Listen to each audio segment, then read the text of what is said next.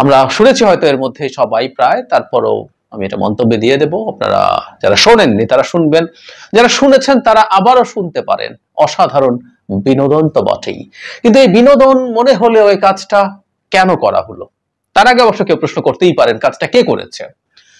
প্রাথমিকভাবে কেউ কেউ মনে করতে পারে যে না, এটা বাংলাদেশের ইন্টেলিজেন্স করেছে। এখন সম্ভব কি দূর থেকে আপনি কোন একটা ফোনে আড়ি পাচ্ছেন শেখ হাসিনার ফোন, বা শেখ হাসিনা যে ফোনে কথা বলবেন, এখন উনি ভারতে যে নাম্বারে কথা বলবেন সেটা জানার কথা না, আমেরিকাতে যার ফোনে কথা বলা হয়েছে যে ভদ্রলোকের, তার নাম্বারে আড়ি পাতা কি সম্ভব? আপনি জানলে হয়তো হইতে পারে, কিন্তু তারা তো কথা বলেছেন কতগুলো এনক্রিপ্টেড অ্যাপে। তাহলে কি বাংলাদেশের ইন্টেলিজেন্সের কাছে পেগাসাস জাতীয় কোনো সফটওয়্যার মানে ম্যালওয়্যার আছে কিনা এটা নিয়ে কথাবার্তা আছে যে তারা ওখানে ইন্টারসেপ্ট করতে পারে? তার চাইতে আরো সহজ একটা পথ বরং এটা, কারণ অডিও কলটার ধরন যেরকম, যেখানে আমেরিকার এন্ডে থাকা ভদ্রলোকের ভয়েসটা খুব ক্লিয়ারলি শোনা যাচ্ছে, যে উনি স্বাভাবিকভাবে ওনার যে ভয়েস যেমন তেমন, আর শেখ হাসিনার ভয়েসটা ইলেকট্রনিক ভয়েস, তার মানে একটা মোবাইলের স্পিকারে যে ধরনের সাউন্ড আসে সেরকম। আমরা ধারণা করতে পারি এটা আসলে স্পিকার অন করে আমেরিকান ভদ্রলোক অন্য ফোনে রেকর্ড করেছেন, এবং এই রেকর্ড করাটা পরিকল্পনা করে করা হয়েছে, এবং আমরা ধারণা করতে পারি শেখ হাসিনার পারমিশন নিয়েই এটা পাবলিশ করা হয়েছে। কেন সেটা মনে করছি আমরা অনেকে তাই বুঝি, কিন্তু এটা করতে গিয়ে কি তারা যা করতে চেয়েছিল তা হলো নাকি উল্টো কিছু? আমি তো মনে করি এটা সিরিয়াসলি ব্যাকফায়ার করেছে, ডিজাস্টার করেছে। পতন হওয়ার মুখে মানুষ যেমন ভুল করে শেখ হাসিনা করছিলেন, পতনের পর এখনো মাথা ঠিক হয়নি, ফলে তারা ভুলই করে যাচ্ছে।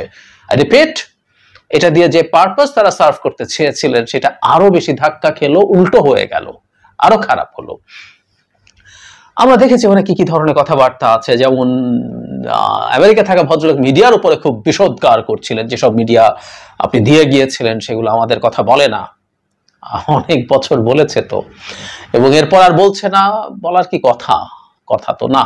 বাংলাদেশের কোনো মিডিয়া আসলে ছিল না শেখ হাসিনার সময়। উনি কতগুলো চাটুকার, কতগুলো লোকজনকে রেখে গিয়েছিলেন, তারা সকাল বিকাল শেখ হাসিনার হয়ে কথা বলেছে, এটাকে মিডিয়া বলে না, সুতরাং এখন এটা হবার কথাই না।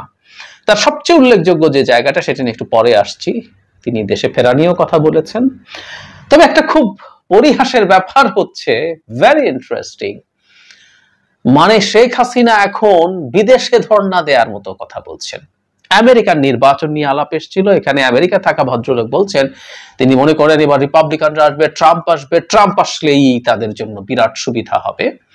তার ব্যাখ্যা হচ্ছে আমেরিকানরা নারীদেরকে পছন্দ করবেন ইত্যাদি। তো এই আলোচনায় ঢুকছি না, কিন্তু শেখ হাসিনা বলছেন যেই ক্ষমতায় আসুক তাদের সাথে যোগাযোগ রাখতে হবে যেন ভবিষ্যতে আমাদের কাজে লাগে। এই শেখ হাসিনা কয়েকদিন আগেই, কয়েক মাস আগেই, 1.5-2 বছর থেকে কয়েক মাস আগ পর্যন্ত সকাল বিকাল আমেরিকাকে কি বিষোদগার আমেরিকাকে। এখন আমেরিকার হাত পায়ে ধরার জন্য তার দলের লোকজনকে বলছেন। শুধু সেটা না, জাতিসংঘে বারবার বলার কথা বলছেন, তার বিরুদ্ধে কতগুলো মামলা হয়েছে, পরিবারের সবাইকে মামলা দিচ্ছে, এইগুলো বলছে তারা যেন দফায় দফায় গিয়ে জাতিসংঘে উপস্থাপন করে, ব্যবস্থা করে। শুধু সেটাই না, আমেরিকান ভদ্রলোক বলছেন এগুলোকে ইংরেজিতে ট্রান্সলেট করে তারা যারা বিভিন্ন জায়গায় মুভ করে সেই পারমিশন চাচ্ছেন শেখ হাসিনা, সেটা বলছেন। এবং উনি এখন ক্ষোভ দেখাচ্ছেন শেখ হাসিনা। যারা হিউম্যান রাইটস এর কথা বলতো, যারা অপোজিশনকে স্পেস দেওয়ার কথা বলতো, তারা আজকে বলছে না কেন? আমরা হিউম্যান রাইটস এর কথা দেশে বসেও বলছি। আওয়ামী লীগ মানুষ কিনা, মানুষের জন্য হিউম্যান রাইটস, মানুষ কিনা এই আলাপ কেউ তুলতে পারে, কিন্তু তাদেরকে মানুষ ধরে নিয়ে তাদের হিউম্যান রাইটস এর কথা আমি বলছি, অনেকেই বলছেন। অপোজিশনকে স্পেস দেওয়ার কথা। Awami League party opposition party না, Awami League is no more a party. এবং তারা যে কাজ করেছে তাদের আদৌ কোন রকম কোন পলিটিক্যাল রাইট থাকা উচিত কিনা সেই আলাপে আমাদের সোসাইটিতে আছে। সেটার একটু সুরাহা হোক, তারপর হবে স্পেসের প্রশ্ন। কিন্তু মানবাধিকারের কথা বলা হচ্ছে, বলা হয়, এবং যাদের কথা বলা হচ্ছে, মজাটা হচ্ছে শেখ হাসিনার মুখ দিয়ে বেরোচ্ছে কথাগুলো। আজকেও হাড়ে হাড়ে টের পাচ্ছেন হিউম্যান রাইটস কতটা ইম্পর্টেন্ট। ইনি শত শত মানুষকে বিচার বহির্ভূতভাবে হত্যা করেছেন, গুম করেছেন, হাজার হাজার মানুষকে কাস্টডিতে টর্চার করেছেন, লক্ষ লক্ষ মানুষকে গায়েবী মামলা দিয়ে হয়রানি করেছেন। তারপর এই শেখ হাসিনা এবং তার দলের জন্য আমরা মানবাধিকারের কথা বলি। আমরা শেখ হাসিনা নই, সে কারণেই বলি। মানে শেখ হাসিনার কথা বক্তব্য যে বলছিলাম যে এটা একটা অসাধারণ অসাধারণ কৌতুক মনে হয়। উনি বলছেন উনি চলে যাওয়ার পর দেশের অবস্থা নাকি খুব খারাপ হয়ে গেছে, মানুষ আবার দারিদ্র সীমার নিচে চলে যাচ্ছে, ব্যাংকের টাকা সব লুটে খাচ্ছে। মানে ধরলাম আমরা লুটে খাচ্ছি, এখন খাওয়া হচ্ছে। ওনার খুব আফসোস লাগছে, আহারে উনি খেতে পারছেন না, দেশে থাকতে এই দেশটার প্রতিটা দিক যেভাবে লুটে খেয়েছেন সে খাওয়াটা আর হচ্ছে না, এখন ডক্টর ইউনূসের লোকজন লুটে খাচ্ছে, ব্যাপারটা এরকম। অথচ না, বাংলাদেশে একজন অসাধারণ গভর্নর দায়িত্ব নিয়েছেন, আহসান এইচ মনসুর, অসাধারণভাবে কাজ করছেন। অর্থ মন্ত্রণালয় ডক্টর সালেউদ্দিন আহমেদ অসাধারণভাবে কাজ করছে। এই জায়গাগুলো এই জুটি ঠিক করবে। বাংলাদেশে যে মারাত্মক ধ্বংসযজ্ঞ চালানো হয়েছে দেশের আর্থিক খাতের উপরে, তারা সেটা ফিরিয়ে আনবেন, লুটে খাওয়া দূরেই থাকুক। শেখ হাসিনার জীবনের সবচেয়ে বড় ট্র্যাজেডিও এখানে এসছে। আমি শেখ হাসিনার পতন হয়েছে এবং ডক্টর ইউনূস প্রধান উপদেষ্টা হননি, এটা হয়তো তার পিত্তি জ্বালা বলি না, পিত্তি জ্বালা একটু কম করাতো, কিছুটা হলেও কম। পতন তার পিত্তি জ্বালাতোই, কিন্তু জ্বালাটা একটু কম হতো, কিন্তু এটা ডক্টর ইউনূসের সাহায্য। এবং যথারীতি এখানে ডক্টর ইউনূসের প্রতি বিষোদগার, বিভৎস বিষোদগার তিনি করছেন। ডক্টর ইউনূস 26,000 কোটি না কত হাজার কোটি টাকা মানি লন্ডারিং করেছেন, ওটা দিয়েই নাকি এই যে প্যারিসে এবার থিম বেস করা হয়েছে ডক্টর ইউনূসের কনসেপ্টে, সেটা নাকি উনি টাকা পয়সা দিয়ে করেছেন। নোবেলের আগে ক্লিন্টন ফাউন্ডেশনের টাকা দিয়ে নোবেল পেয়েছেন। পরাজিতের আস্ফালন, পরাজিতের এই আস্ফালন দেখা কষ্টেরও ব্যাপার। একটা মানুষ কোন জায়গায় আছেন, অবশ্য শেখ হাসিনা যা করেছেন ওদের কষ্টের চাইতে হাসিই পায়। নানা রকম কথা বলছেন ওই ভদ্রলোক। আপা, তার আপা কতবার ডেকেছেন সে আলোচনা হচ্ছে, প্রতি বাক্যে কয়েকবার করে আপা বলতে বলতে লোকজন হিসাব বের করছে, রীতিমতো 200 না 250 না তারও বেশি আপা আপা করছেন। এবং উনি আপা আপা করতে করতে উনি ক্রমাগত শেখ হাসিনাকে, উনি যে ঠিক আছেন সেই কথাটা বলছেন, যে মানুষ নাকি আবেগে আন্দোলনে চলে গেছে, এখন বুঝতে পারছে। মানে মানুষ আন্দোলনে গেছে সেটা কিন্তু এই লোক স্বীকার করছে, এই দেশের জনগণ চলে গেছে। মনে পড়লো একটা বিখ্যাত কথা, আমি তখন আবেগ কাজ করছিল, বিবেক কাজ করেনি। তো এই লোকের কথা মতে আবেগ কাজ করেছে, বিবেক কাজ করেনি বলে চলে গেছে, এখন বিবেক কাজ করছে বলে তারা নাকি ভুল বুঝতে পারছে, কিন্তু এখন স্বীকার করতে পারছে না, তাহলে নাকি তারা ধরবেন। কিন্তু তার উক্তির মধ্যে ওটা আছে। শেখ হাসিনা আবার সেই পুরনো কথা, উনি নাওয়া খাওয়া ভুলে ঘুম টুম বাদ দিয়ে এই দেশকে নাকি কোথায় তুলে নিয়ে গিয়েছিলেন, সেখান থেকে এখন সবকিছু নামিয়ে ফেলা হয়েছে।